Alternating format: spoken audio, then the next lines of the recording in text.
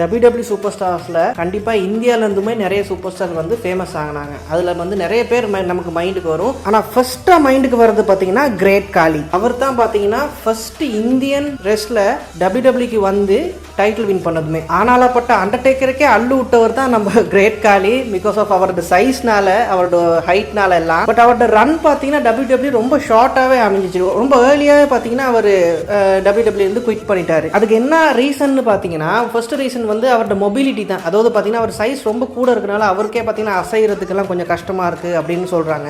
இன்னொன்று பார்த்தீங்கன்னா அவர் வந்து WWE பார்த்து இன்ஸ்பயர் ஆகி ஏன் நம்ம இந்தியாவிலையும் பார்த்தீங்கன்னா இந்த மாதிரி லோக்கலாக ஸ்டார்ட் பண்ணக்கூடாது அப்படிங்கிறதுக்காகவும் பார்த்தீங்கன்னா அவர் அங்கேருந்து குவிட் பண்ணிட்டு இந்தியா வந்துட்டாருன்னு நிறைய பேர் சொல்றாங்க.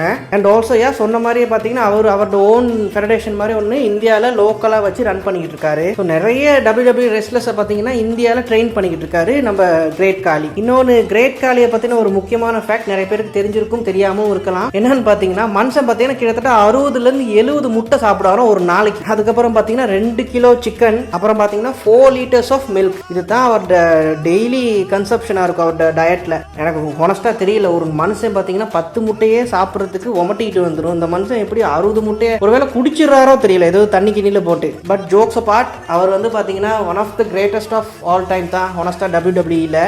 நிறைய மெமரபிளான மேட்சஸ் நம்ம கொடுத்துருக்காரு. மெயினாக பார்த்தீங்கன்னா அண்டர்டேக்கரோடையும் ரே மிஸ்டீரியோடையும்.